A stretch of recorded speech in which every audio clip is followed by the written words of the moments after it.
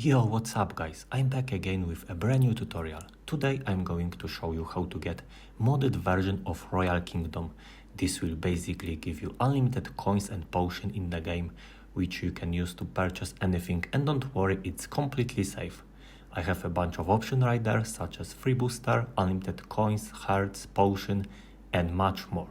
The next step is grab your iOS or Android device. I'm using Android today.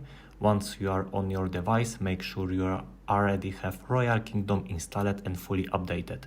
If you need to check, just go to the App Store or Google Play Store. Once that's done, the next step is open your favorite browser, like me, and open this website.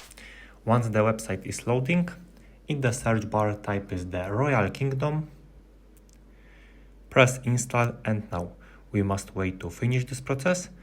After this process is completed, for your mobile devices, Royal Kingdom++ will be installed, and this application works both for Android or iOS. So, thank you for watching, see you in the next video.